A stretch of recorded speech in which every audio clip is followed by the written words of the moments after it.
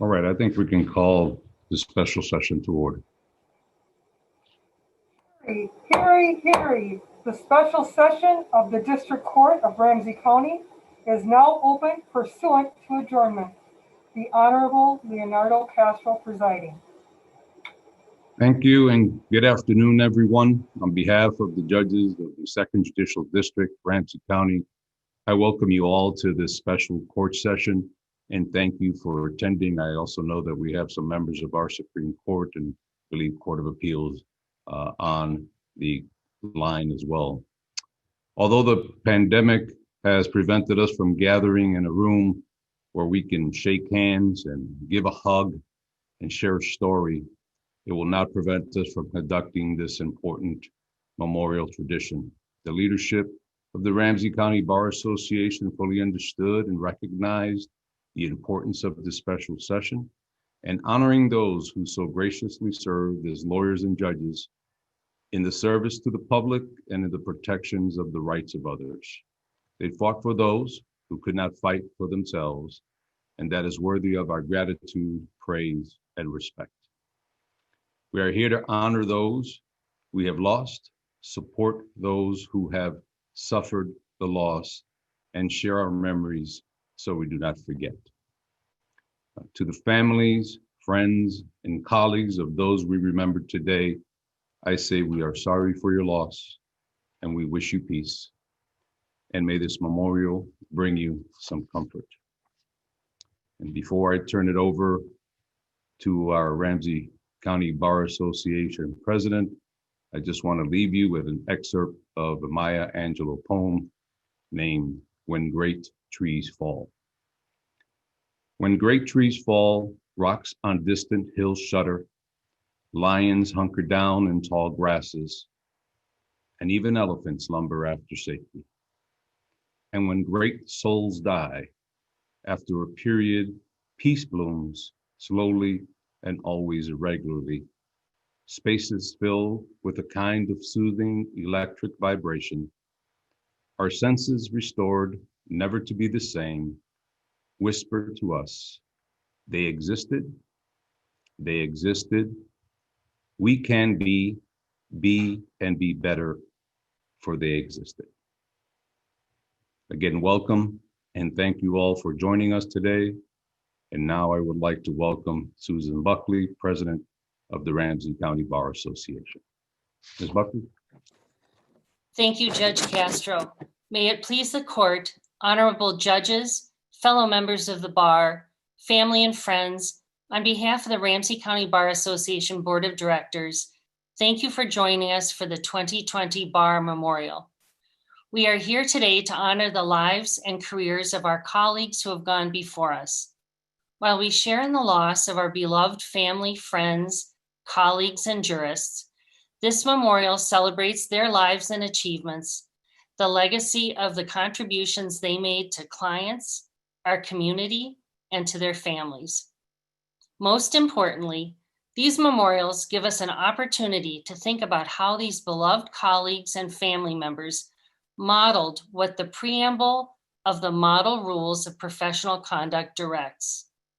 A lawyer should strive to attain the highest level of skill, to improve the law and the legal profession, and to exemplify the legal profession's ideals of public service. With that, I would like to thank the co-chairs of the 2020 Memorials Committee who worked so thoughtfully and diligently to make this event a success.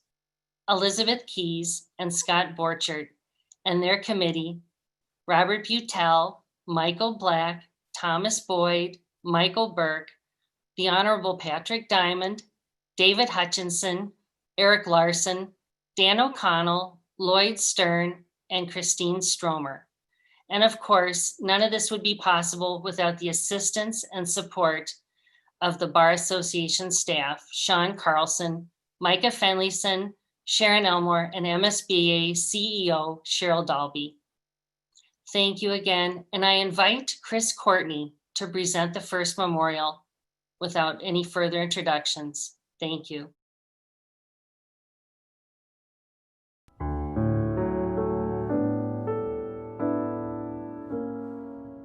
May it please the court, my name is Christine B. Courtney, and I am presenting the memorial for William B. Bartee, born April 7, 1933, and died January 8, 2019.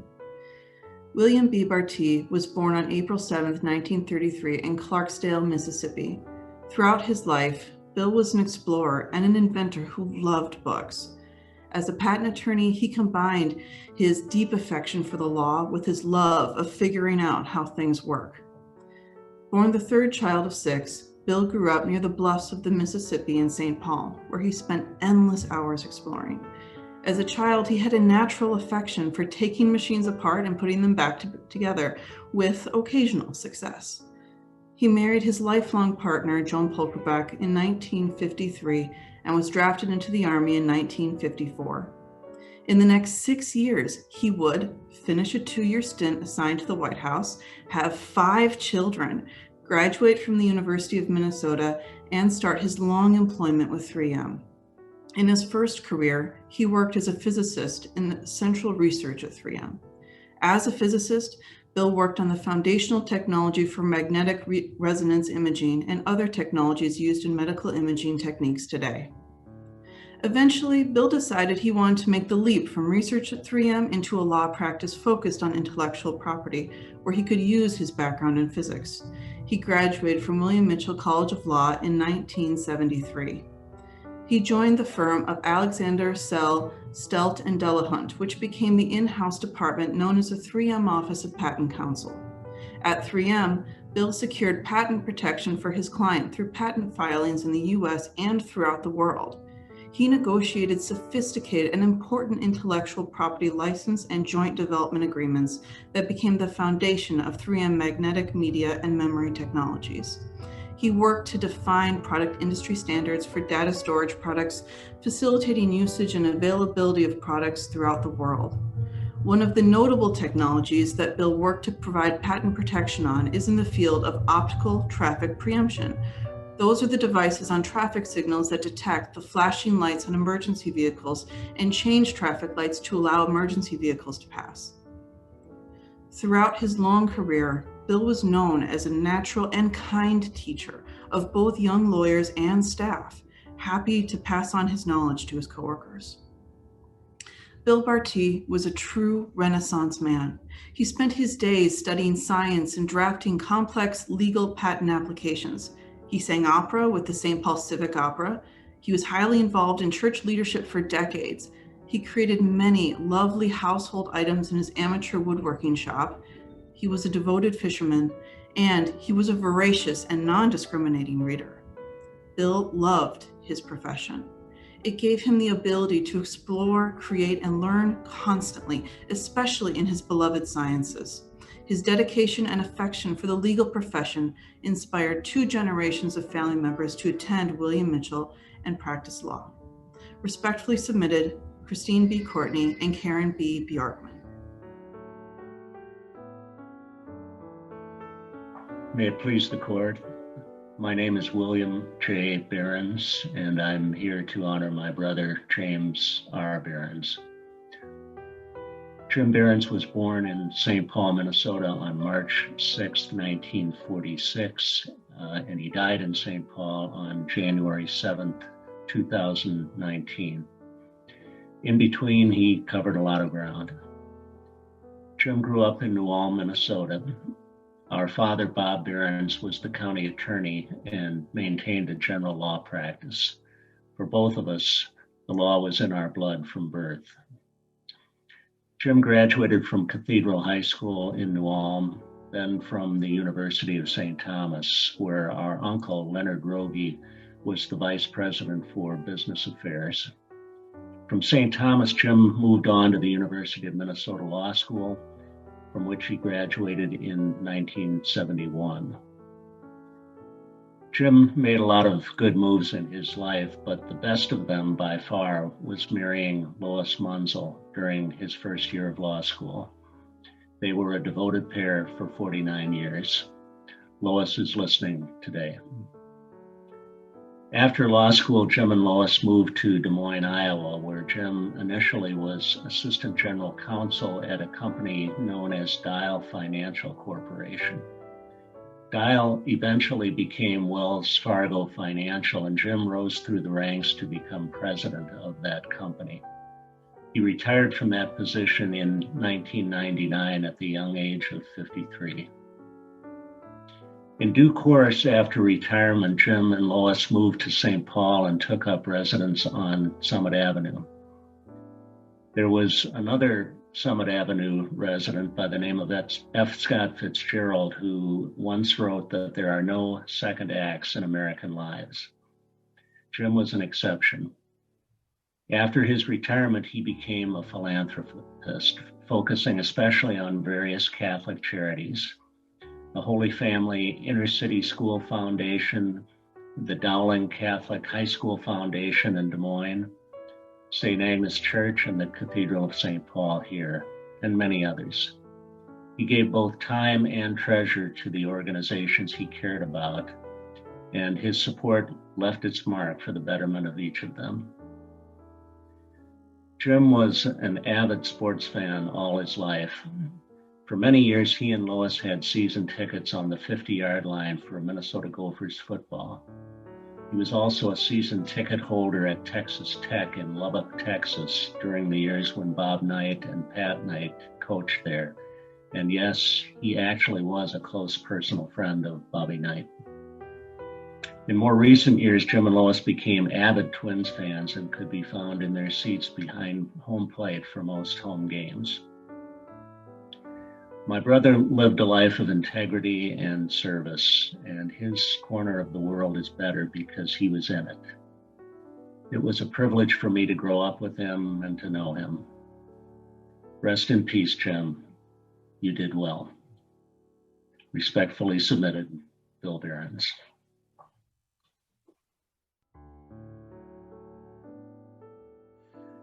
May it please the court. My name is Lawrence Cole, and I am presenting the memorial for Kent Charpentier, my former partner in the practice of law. Kent Charpentier was born on January 26, 1950 in Maplewood, Minnesota. He passed away from early onset Alzheimer's disease on Christmas Day, 2019. He is survived by his wife of 48 years, Deb, his children, Reed, Brett, and Noel, and their spouses, plus 2 granddaughters, Nora and Maddie. Kent went to Kellogg High School in Roseville and did his undergrad work at the University of Minnesota. He attended William Mitchell College of Law and graduated in 1976. During law school, he was honored to be a clerk to Judge Loreen in Washington County. His first position as an attorney was with the law firm of Jardine, Logan, and O'Brien in St. Paul. He then became house counsel for Great American Insurance Company in Minnetonka. In 1984, he joined the law firm of Cole Morrison in St. Paul and eventually became a partner. Kent retired in 2011. He was dedicated to his work and became lifelong friends with his fellow employees. Kent was a person of integrity and was always clear and transparent in his relationships with his clients and partners. He was also a wise mentor to younger associates in the firm. He worked long hours, but family was extremely important to Kent. He never missed one of his kids' athletic events or school concerts. He helped lead Y guides and was a coach and confirmation leader. But what Kent will be remembered most for was his sense of adventure. He was very active and passionate about skiing, biking, kayaking, and hiking. He loved sharing the stories of his adventures. Well into his journey with Alzheimer's, his friends and family made sure that he could continue with these activities. In 2017, he even went cliff diving in Jamaica. Kent and his wife were fortunate to travel quite a bit before his health declined. They cruised the Baltic Sea, the British Isles, and Alaska. But his favorite place, no matter what, was the mountains, no matter what the season. Above all, Kent loved being with people. Remembering his sense of humor and booming laugh brings a smile to many of our faces. Respectfully submitted, Lawrence Cole. May it please the court. My name is Gail Llewellyn. and I'm here to honor my colleague, Bill Clapp. Bill's full name, Augustus Wilson Clapp III, has a formal ring to it, but many of his friends from the first half of his life knew him as Gus, and those of us in the second half of his life called him Bill. Both nicknames were more suited to this unpretentious, wryly funny, good-hearted, and quietly competent gentleman. Bill was a steadfast advocate for protecting Minnesota's streams, wetland, lakes, and groundwaters.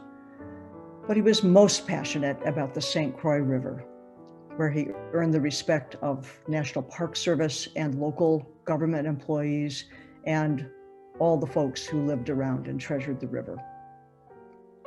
Bill was born on November 10th, 1931 in Longview, Washington.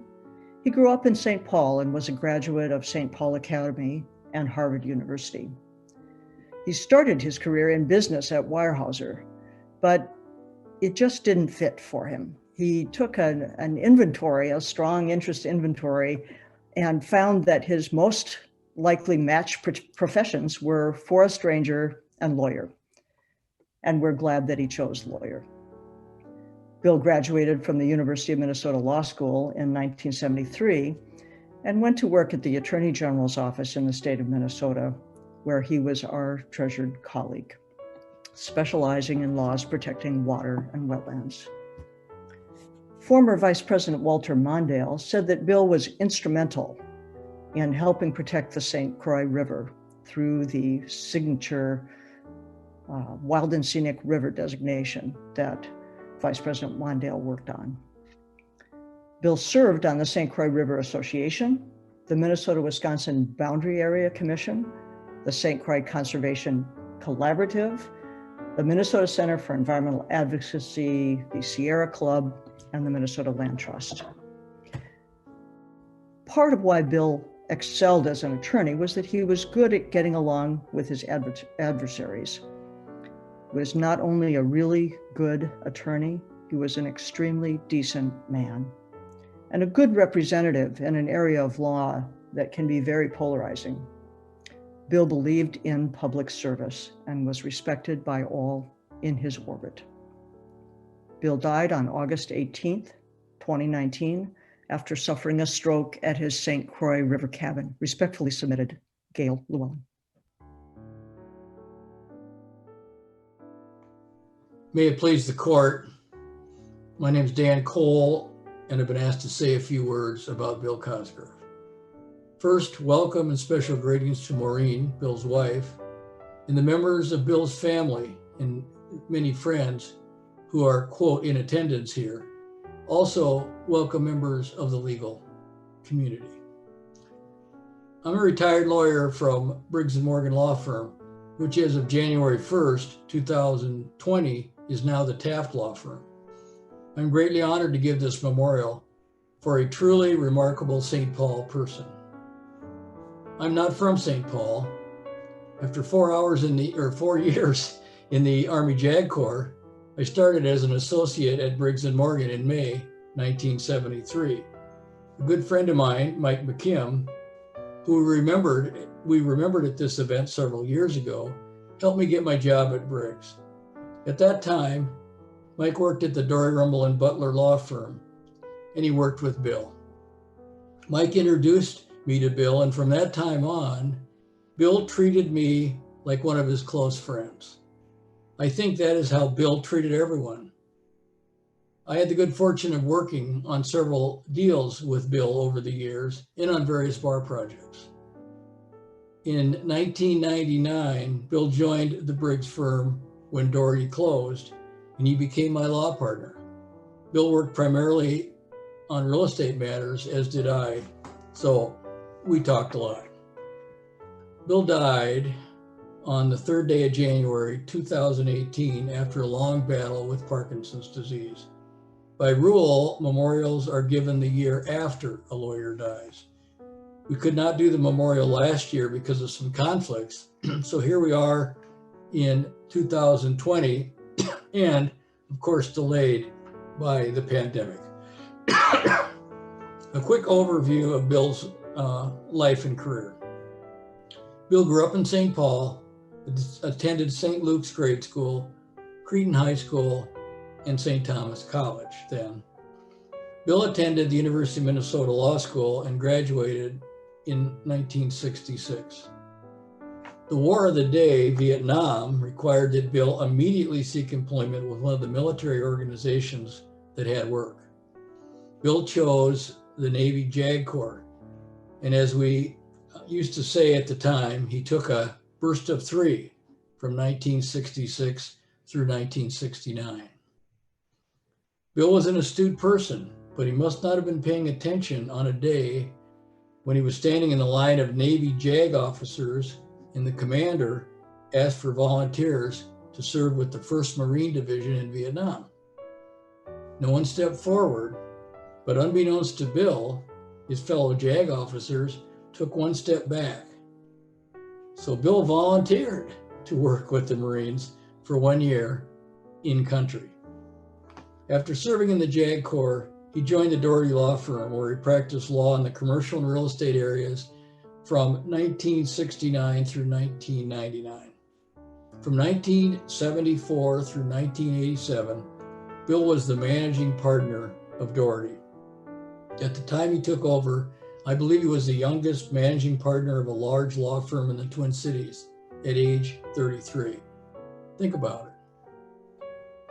Those of you who have been around long enough remember those were years of tremendous change and growth in the legal profession.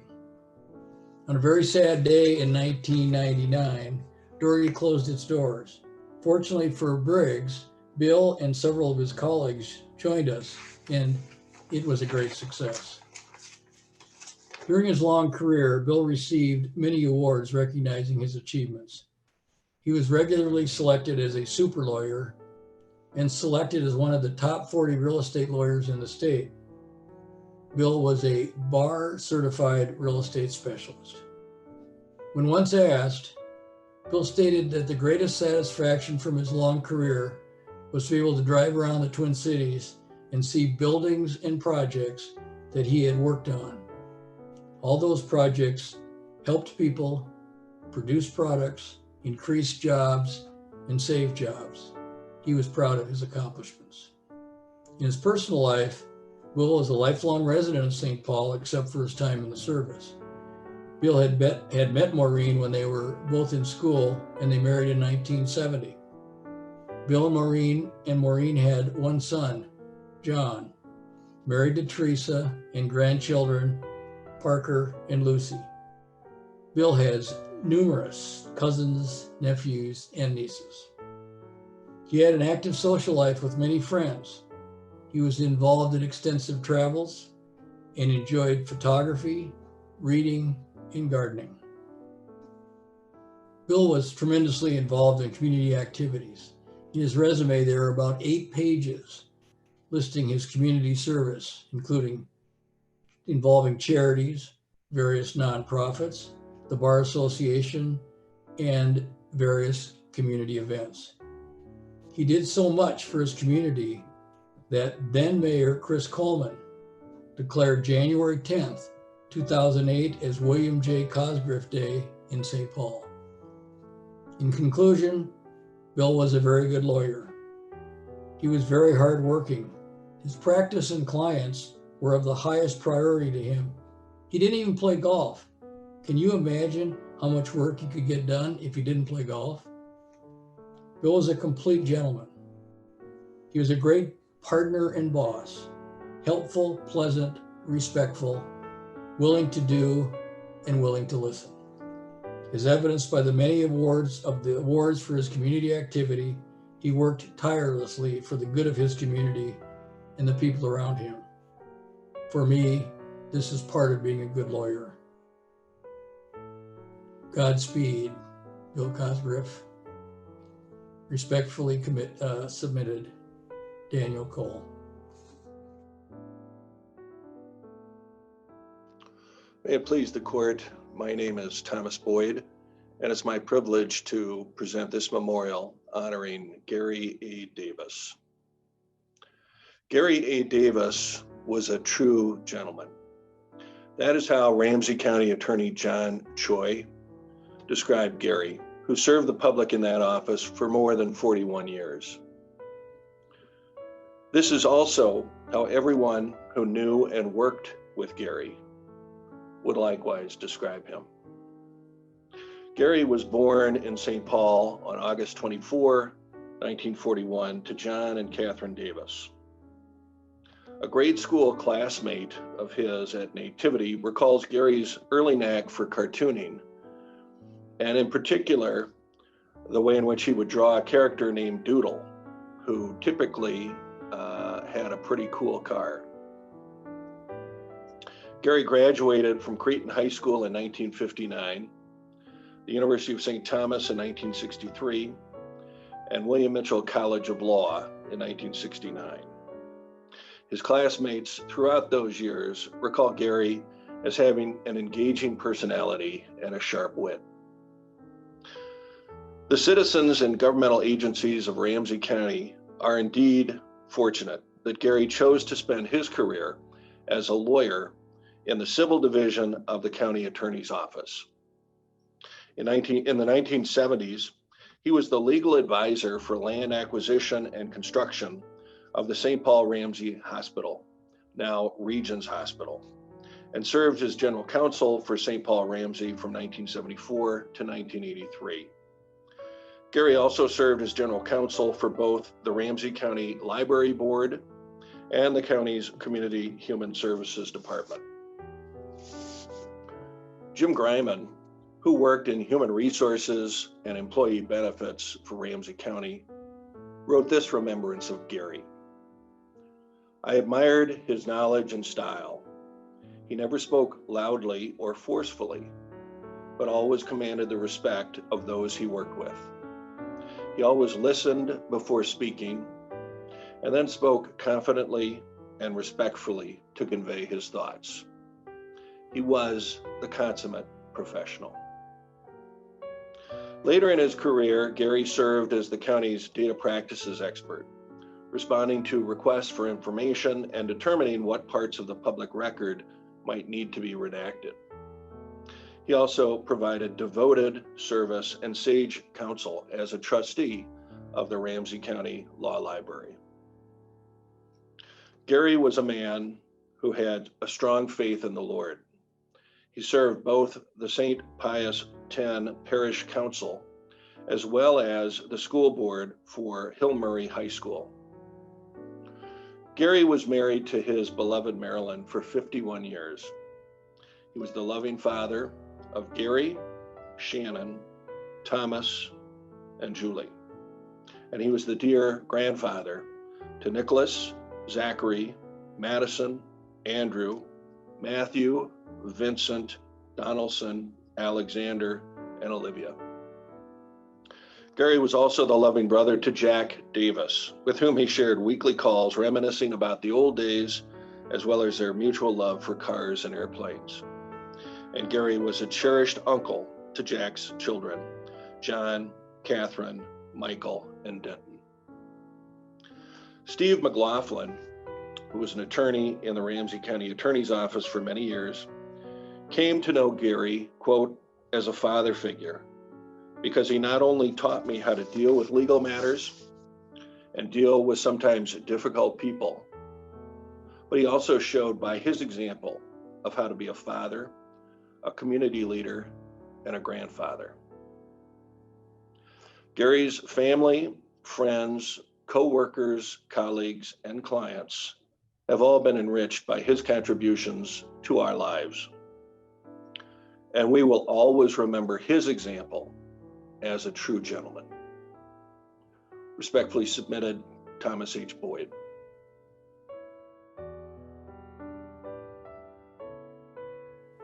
May it please the court, good afternoon. My name is Ed Hitchcock, the son and law partner of Rayburn B. Hitchcock Sr. Rayburn passed away on December 12, 2019. Please join me for a few moments in remembering Rayburn's contributions to our profession and his community. Rayburn was truly a people's attorney for over 56 years. Rayburn's dedication to the common citizen, his humility, honesty, and hard work were an inspiration for all the clients and attorneys he touched.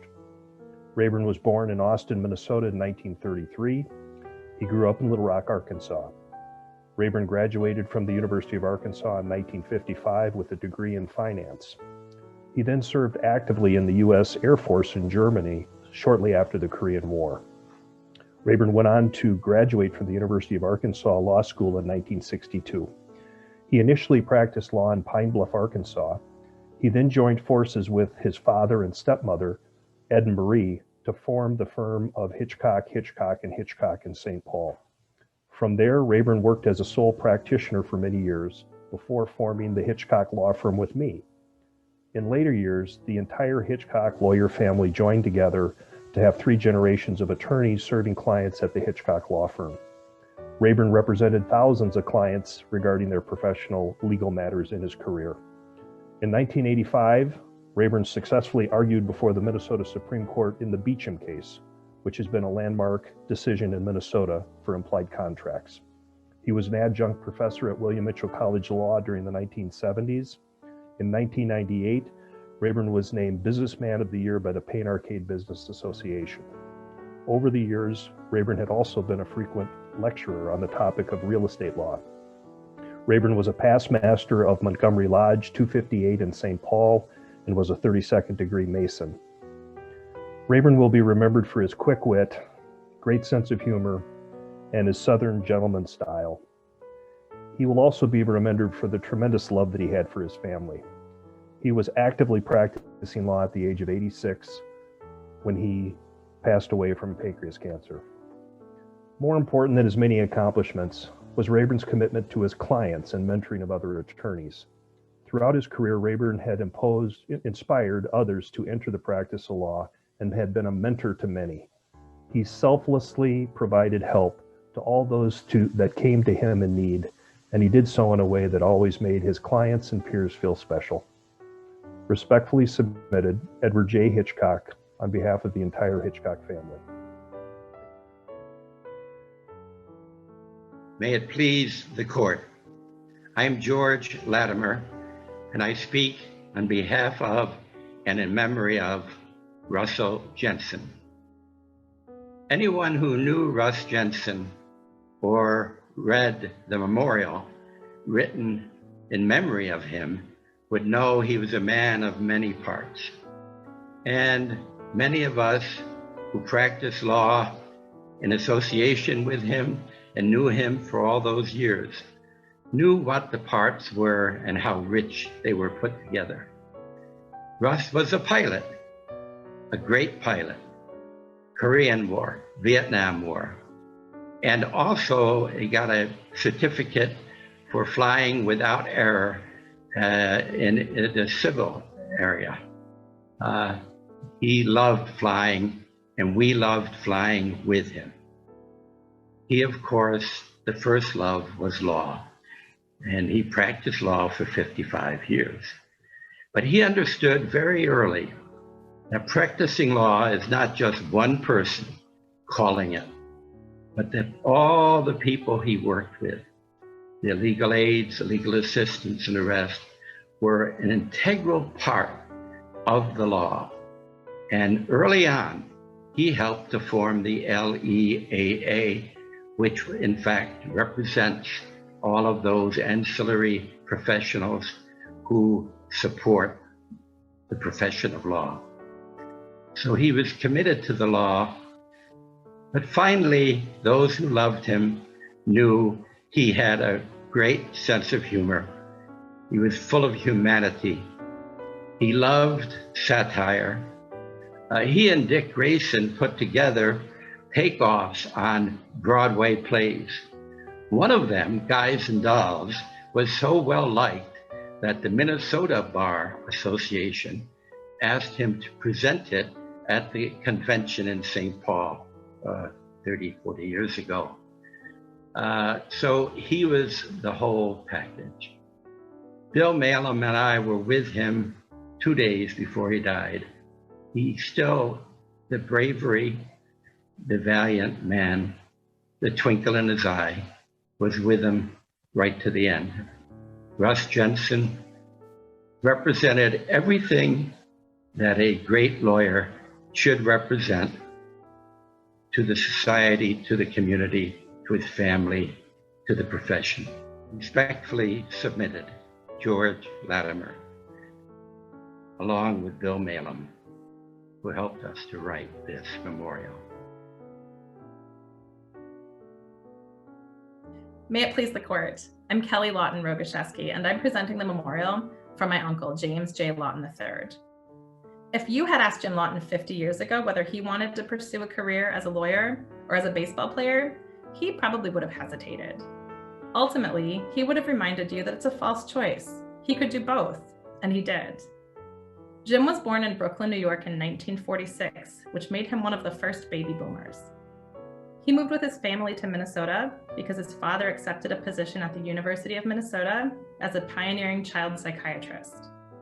He had 3 siblings, one of whom, Bob, also became a lawyer and practiced law with Jim for most of his career. He attended St. Thomas Academy, St. Thomas College, and William Mitchell Law School. He started practicing law in 1972 as a solo practitioner, focusing on the field of family law. As his practice matured, he became a sought-after mediator in family court matters. For a number of judges in Washington County, he was their go-to mediator. He believed that most disputes could be resolved with the application of a little common sense. But the one enduring theme of his life was his devotion to amateur baseball. He played with St. Paul's Highland Park Class A team for 50 years, long beyond the typical amateur ballplayer's career. He then acted as player-manager of the team and later as the manager. He played his last baseball game at the age of 70. He managed the team to 24 state tournament appearances and 2 state championships. He retired with a .384 lifetime average, and in 2011, he was inducted into the Minnesota Baseball Class A Amateur Baseball Hall of Fame. Even more important to him was his family. One thing Jim often said was, "It's not quality, it's quantity," when it came to being a dad. And quantity he gave. Hours and hours of conversations, rides, sitting in gyms and at fields while his kids participated in numerous sports through high school and college. He loved his kids with everything he had, and that commitment was magnified when grandchildren came into his life. He is survived by his children, Patria Lawton, Megan Lawton, Laura Kaplan, James Lawton, and 4 grandchildren, Maggie, JT, Tyus, and Miles, as well as his brothers, John Lawton, Robert Lawton, and sister Jean Ward. Respectfully submitted by Kelly Lawton Rogoszewski, Bob Lawton, and Mike Black. May it please the court, my name is Sandra Martel, and I am the widow of Ronald Martel, whose memorial I will read. Growing up in South Minneapolis, Ron enjoyed sports, Boy Scouts, and learning about birds. As a Boy Scout, he ushered at University of Minnesota football games, beginning a lifelong love of Gopher sports. Ron graduated valedictorian from Roosevelt High School and then attended the University of Minnesota's 3-3 undergraduate and law school program. He graduated from the University of Minnesota Law School cum laude in 1961. After law school, Ron and Joe Burkhart, his moot court partner, formed a partnership in which Ron's practice included serving as a town council and practicing criminal and civil law. He also served as a member of the Selective Service Board determining conscientious objectors' classifications during the Vietnam War. Ron joined Moore, Costello, and Hart then, where he became one of the nation's leading construction and surety law practitioners, arbitrators, and mediators. He was a founding fellow of the American College of Construction Lawyers and was a charter member of the Minnesota chapter of the American Board of Trial Attorneys. Ron served on the Council of the Public Law section of the American Bar Association, and he was a member of the Minnesota Bar Association for more than 50 years. Ron shared his expertise as a continuing legal education speaker in Minnesota and throughout the nation, and was always willing to share his extensive knowledge of the law. He enjoyed reading Minnesota Supreme Court opinions during his entire career and even after. Ron enjoyed hobbies. Some, the bird watching, bridge, and reading, continued throughout his life. Others followed in sequence over the years, ranging from nature photography to decoy carving and painting, to woodworking, stamp collecting and dealing, to research and writing history. 2 of his nature photographs appeared on covers of Bench and Bar. His book, Showdown in the Pacific War, Nimitz Yamamoto, was published in 2015. His almost finished second book, Victory in the Pacific War, will be completed as he requested. Ron is survived by me and his son, Thomas Martel, his daughters, Laura Martel and Judy Day, and by Judy's husband, David, by his sister-in-law, June, and nieces, Karen and Erica, and by several cousins. Respectfully submitted. Thank you. May it please the court, good afternoon. My name is Frank William, and I'm privileged to present the memorial for my friend and colleague, Paul McCluskey. Paul F. McCluskey Jr. was born on August 13, 1940 in Dayton, Ohio. Named after his father, Paul was soon known to family and friends, and eventually co-workers and clients, as Tui. Paul Sr. and his wife Evelyn moved their young family with sons Paul and Terry and daughter Catherine to St. Paul. Tui's mother passed away when he was only 9 years old, and he quickly assumed the role of big brother. Paul Sr. eventually remarried, and sisters Kathleen and Joan joined the family. Paul Jr. became the surrogate father to his younger siblings. Paul was a proud St. Paulite, graduating from Immaculate Heart of Mary Grade School, Cretin High School, the University of Minnesota, and William Mitchell College of Law. Paul was hired by then St. Paul City Attorney Joe Summers as an assistant city attorney. Like most of us in the city attorney's office, or CAO, Paul began his legal career in the criminal division, prosecuting misdemeanors and petty misdemeanors. He then joined the civil division, where he served as legal counsel to the police department, the Department of Parks and Recreation, the Personnel Department, and the Civic Center Authority. Tui was held in high regard by his clients for his down-to-earth style and easily understood advice. Paul was a competitive soul. He enjoyed games of chance, especially if wagering was involved. He played cutthroat hearts with his colleagues during the lunch hour, and later serious rounds of Trivial Pursuit. For many years, Paul, other lawyers inside and outside of the CAO, and a few City Hall clients gathered for low-stakes poker games on Friday nights. Paul retired in 1999 at the age of 59 after a 30-year career with his only employer, the city of St. Paul.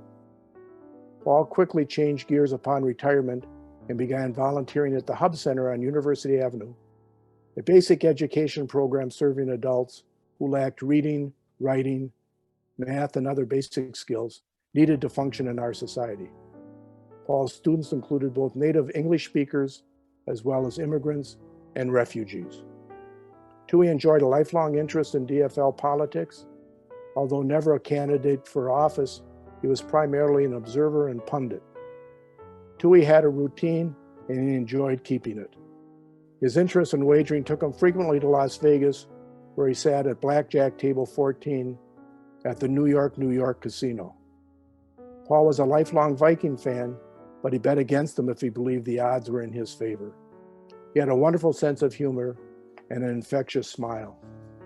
Paul passed away on December 21, 2019, after struggling with declining health for several years. He was 79 years old. Paul was preceded in death by his sister Catherine and brother Terry, also a well-known Ramsey County lawyer.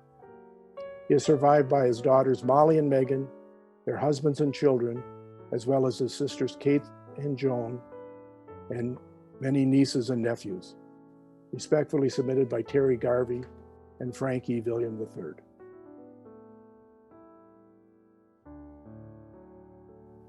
Hello, my name is Kathleenblatts, and I'm a former colleague of Burt Mackesy, and it's my privilege and honor today to honor him with you for serving our community so well. I had the privilege of serving in the Minnesota House of Representatives with Burt and also in the community as a fellow lawyer. Burt was a loving husband of Carolyn, the proud father of 4 children and their spouses, the doting grandfather of 10 grandchildren, and he died at the age of 77 last year. Burt's life was as broad as it was deep, and it was inspiring. Burt was a modern-day Renaissance man.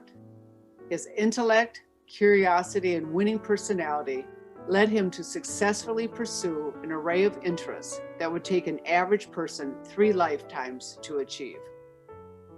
After graduating from the University of St. Thomas, Burt received his JD from the University of Minnesota. He practiced law at Lindquist and Benham, now Ballard's Bar, where he became a partner. While he loved law, Burt also used his legal training as a springboard to engage in the broader world in many impactful ways. With the support of family and enthusiastic volunteers, Burt took Mendota Heights by storm when he ran for the House of Representatives in 1987. What the campaign committee lacked in political sophistication, they made up with sheer energy, especially on the campaign trail door knocking. The inaugural Mackesy campaign led to 3 terms in the legislature and introduced Burt to the state of Minnesota as an effective public servant. He was widely recognized as an elected official who worked with people from across the aisle for the benefit of the greater good. His reputation and effectiveness made him a sought-after leader. Burt's first stop after St. Paul was our nation's capital, where he served as U.S. Senator Dave Durenberger's chief of staff. From there, he returned to St. Paul, where he was appointed by Governor Arne Carlson to be the Commissioner of Commerce. Not finished with public service, Burt accepted Governor Ventura's and later Governor Palente's appointments to the Metropolitan Airports Commission, where he served for 11 years. Burt's commitment to building a stronger community and state expanded beyond his involvement in government. He was an engaged civic leader involved in such endeavors as the St. Paul Winter Carnival, which he chaired in its centennial year. He was a treasurer of the Children's Hospital and trustee of F.R. Bigelow Foundation. He served on many boards of directors, including Mears and Powers, Mutual Funds, UCare, Electech, North Star Ice, and the American National Bank of St. Paul. He was a business owner with his wife, Carolyn. They founded together Mackesy Travel. And if his community interests were not enough, Burt's love of golf led him to become the president of Somerset Country Club. A resume can illuminate a person's interests and tangible contributions, but it does not capture the heart of a man. Burt was a caring and humble man. He cared deeply about his family, his friends, and the greater community. His endeavors were never about him, but rather his life commitments in action. He stayed connected to people, and you felt better for being in his presence. A life well lived. Burt exemplified the best of our profession and showed us how to serve others with grace and humility. I respectfully submit my comments to the bar. Thank you. May it please the court, my name is Thomas Boyd, and it's my honor to present this memorial in tribute to James P. Nelson. James Paul Nelson was born in Harvey, North Dakota on May 27, 1930. Shortly thereafter, his family settled in southern Minnesota, where Jim grew up in Mankato and graduated from Mankato West High School. Jim came of age in a lively and energetic America during the post-World War II years, where every community was alive with business and community growth. It was a good time, He enjoyed hunting upland game, geese, and ducks throughout the Minnesota River Valley. He also loved baseball as a youngster, and after high school, he played in the semi-professional Southern Mini League, which at times helped pay his tuition at college. Later in life, he enjoyed attending the Minnesota Twins home games, and at one stretch saw 45 consecutive twin home openers. Jim graduated from Mankato State University and joined the United States Army. He was commissioned a second lieutenant and served in the 3rd Infantry Division in Korea from 1953 to 1954. When he returned home, he married Darlene Beverly Johnson and began working with the First Trust Company in St. Paul. It was while he was with First Trust that Jim began attending William Mitchell College of Law. Jim was admitted to the bar in 1960. He began his practice with Alden Schlegel and Dwayne Legler and became a partner in the firm shortly thereafter. Jim remained a partner with Schlegel, Legler, Nelson, and Rosenblatt for his entire professional career.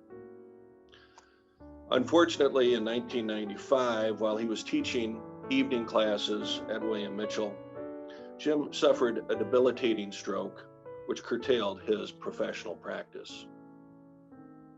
Jim was a founding member of St. Andrew's Lutheran Church in Mahtomedi, where he served as a church council member. He also served as a member of the Mahtomedi School Board and was active in the March of Dimes, as well as many other charitable events.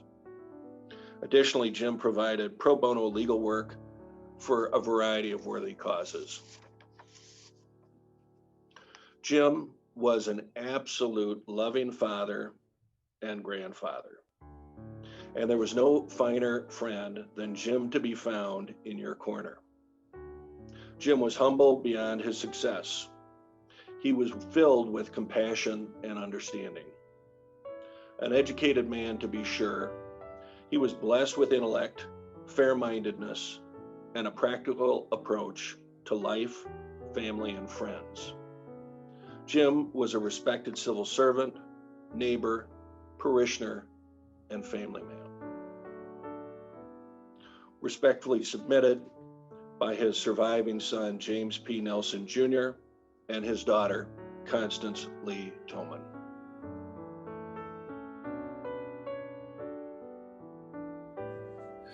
May it please the court, I am Douglas Nezvig and presenting the memorial for Paul Nezvig. Paul Nezvig was born in Gainesville, Florida and grew up in Gaylord, Minnesota. He graduated from Gaylord High School, the University of St. Thomas, and the University of North Dakota Law School. He moved to St. Paul, Minnesota upon graduation, where he lived with his wife and 2 daughters. Paul worked as a claims adjuster for State Farm Insurance for 5 years, and then opened his law office in 1973.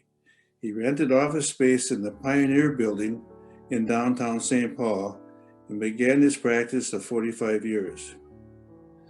Paul specialized in family law. He always put his clients first, working tirelessly to obtain optimum results. Upon his death, so many of his clients wrote or spoke of his loyalty and generosity. In addition to his law career, Paul was a member of Gopher State officials, refereeing high school and college football and basketball. He also served on the Gopher State Board in charge of any legal issues. Paul also was an avid golfer, spending hours practicing his swing until lowering his handicap into the single digits and scoring 11 holes in one. When Paul retired, he began to play serious bridge, becoming a life master in just a few years, and taking first place in several regional and national tournaments. Paul was diagnosed with non-smoker's lung cancer in 2014. It spread to his spine in 2016 and finally took his life in 2019. He lived a good life, enjoying his family his career, and his hobbies. He is greatly missed. Respectfully submitted, Douglas Nezvig. May it please the court. My name is Alyssa Harrington, and I offer the following memorial in honor of Professor Ken Port. Kenneth Lloyd Port passed away peacefully in hospice, surrounded by his family on September 27, 2019. He was only 58. Port is survived by his wife Paula, daughters Emily and Elisa, parents Robert and Jean, and siblings Kathy, Mary Jean, Mike, Terry, Nancy, and Brenda. He attended Macalester College as an undergraduate and moved on to law school at the University of Wisconsin before practicing law for several years in Chicago. He then dove into the world of academia as a visiting professor. A prolific author, Port wrote 10 books and authored dozens of law review articles focusing on domestic, comparative, and international intellectual property law. Early in his career, his intelligence and diligence were recognized as he received his first Fulbright research grant to study Japanese trademark law at Tokyo University. He had a lifelong fascination with Japan and Japanese history and culture. He was not only fluent in Japanese, but also read, wrote, and made presentations in the language. Port lived in Japan several times over the years with his wife and daughters and maintained lifelong friendships throughout Japan. Port would go on to receive a second Fulbright research grant to study Japanese trademark law, but he also gained unprecedented access while there to the Japanese archives to investigate the World War II atrocities committed by the Japanese military. Port published his work as a book that gained him notoriety as far away as China. He continued to research and teach Japanese law, including a final trip to Japan in March of 2017 with a group of students from Mitchell Hamlin Law School and his intrepid wife, Paula. Port joined William Mitchell in 2001 as a visiting professor, became a professor in 2002, and spent the rest of his career at the law school. He founded the Intellectual Property Institute, served as a faculty advisor to CIPLA, the Cyberus Intellectual Property Law Review, and many students' research projects. Professor Port is remembered by his colleagues and students as a vigorous scholar and dedicated teacher. His wry sense of humor brought depth to even the driest of subjects and the longest of final exams. He had a fierce dedication to his students, even when facing the life-shortening diagnosis of multiple myeloma. He did not stop teaching. His first semester back, he opened class by explaining his health challenges, instructed the students on what to do if he collapsed in class, and then dove right into the material. In his last few months, when he was too ill to be at school, he still continued to work with students, supervising their research. While some people may have become bitter or harder with such a diagnosis, Port continued to be compassionate, kind, humor-filled, and optimistic. He especially connected with his students facing health challenges and pushed them to continue to pursue their goals and dreams. To his students, he was demanding yet understanding. He pushed them to do their best, but was the first to forgive their mistakes and push them to move forward to try again. He was a valued husband, father, colleague, friend, and mentor, and he is greatly missed.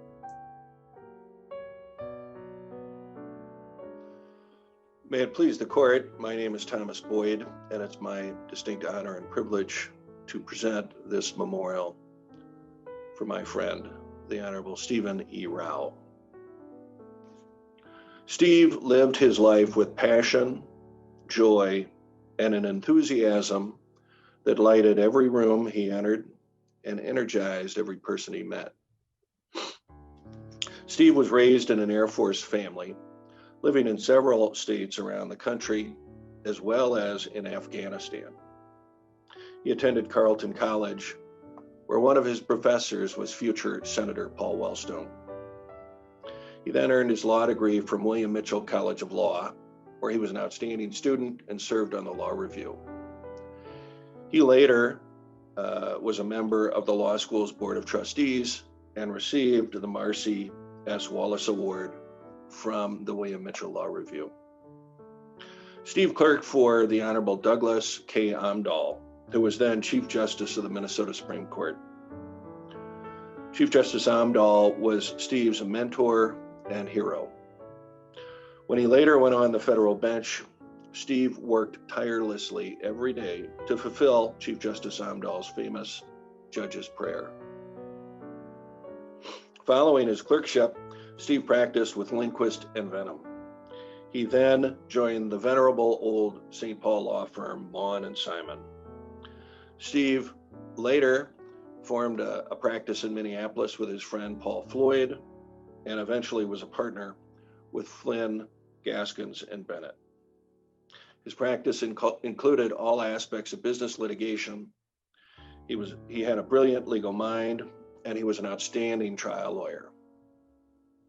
Steve was very active in the Minnesota chapter of the Federal Bar Association, where he helped found the Pro Se Project to provide free representation to underprivileged litigants in federal court. He also led the Federal Transportation Program, which enabled children to visit their mothers in federal prison. Steve was appointed United States Magistrate Judge for the District of Minnesota on January 14th, 2011. He was reappointed to a second term, and he continued to handle a full workload on the court until very shortly before the time he passed away. Chief Judge John Thunheim described Steve as a splendid colleague, a judicial leader who was passionate to ensure equal justice for all, and a judge who was always going the extra mile and further, always willing to take on the toughest cases. When all was said and done, Steve fulfilled Chief Justice Amdahl's standard to truly be worthy to be called a judge. Steve is survived by his loving wife, Christine, and children, Victoria, Edward, and Alexander. He is also survived and greatly missed by the federal family of the U.S. District Court and his many heartbroken friends and colleagues in the bar and throughout the community. As Shakespeare wrote in Romeo and Juliet, so tedious is this day, and so tedious is this world without Steve. Our lives are not as colorful or as fun without him, but our memories of Steve will remain bright, and our lives will continue to be inspired by his life.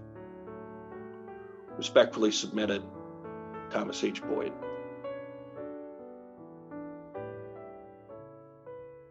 May it please the court, my name is Miriam Ricken, Workers' Compensation Judge with the state of Minnesota, and I am honored to present a tribute to Judge Thomas W. Walsh. I do know this, that Tom Walsh was a special person. He made everyone feel better. He was a kind man, plain and simple. He was always a gentleman, and I mean always. These words from a practitioner who often appeared before Judge Walsh represent a common theme among those who shared their remembrances with me for today, and I couldn't agree more. It is my honor to present a tribute to Judge Walsh, who was highly regarded and respected by the attorneys and their clients during his tenure as a Minnesota workers' compensation judge. As one of the first judges I appeared before at the Office of Administrative Hearings, I recall how congenial he was to all in the courtroom as he directed us through the hearings in a professional and gracious manner. He was also a mentor and a role model for many attorneys who appeared before him. Judge Walsh served as a judge with the state of Minnesota and the Office of Administrative Hearings for over 30 years, during which time workers' compensation law underwent significant changes along with the evolution of courtroom processes, and he aided in those transitions. Many attorneys who specialize in this area of law shared with me their reminiscences. The common thread was the recollection of his demeanor and that he was a kind, affable, and gentle person. He was a tall man with an impressive shock of white hair, but his presentation was softened by his infectious laugh. He listened carefully, he tried to accommodate all in the courtroom, and he was a consummate jurist who took his job, but not himself, extremely seriously.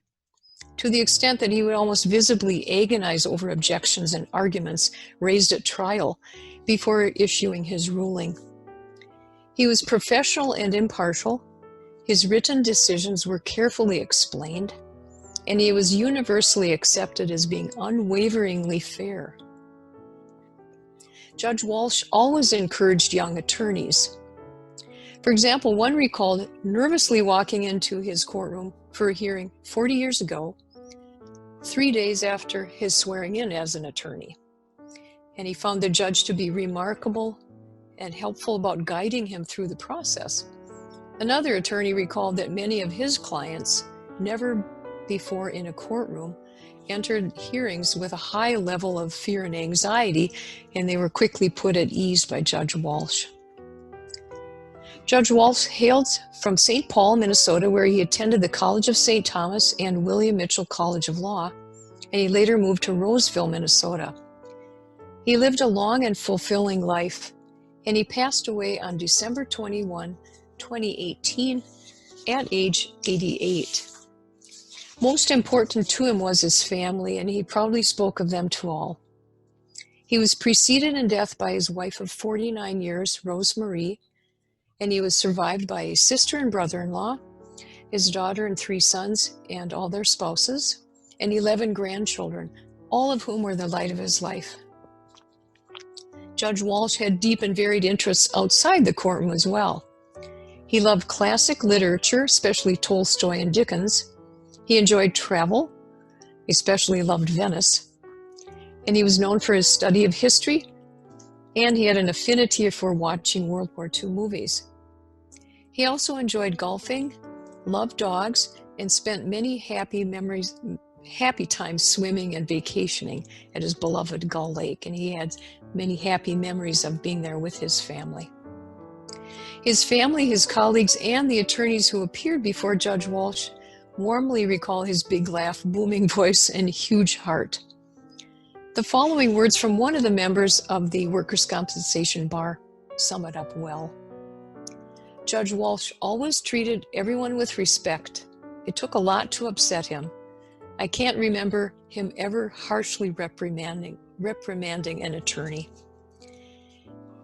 He further emphasized that Judge Walsh had an abundance of empathy. He was honest and thoughtful. He led a good and decent life. His children should be proud of their father. For me, it was a pleasure knowing the man. He will be remembered fondly by many. And I couldn't agree more with those words. All who knew Judge Walsh were enriched by knowing him. We in the legal profession strive to maintain civility and professionalism. Judge Walsh's strong and humble influence endures and shaped how attorneys presented their cases and practiced law. His legacy is long-lasting, and I'm proud to honor that legacy. Respectfully submitted, Miriam Ricken. Thank you.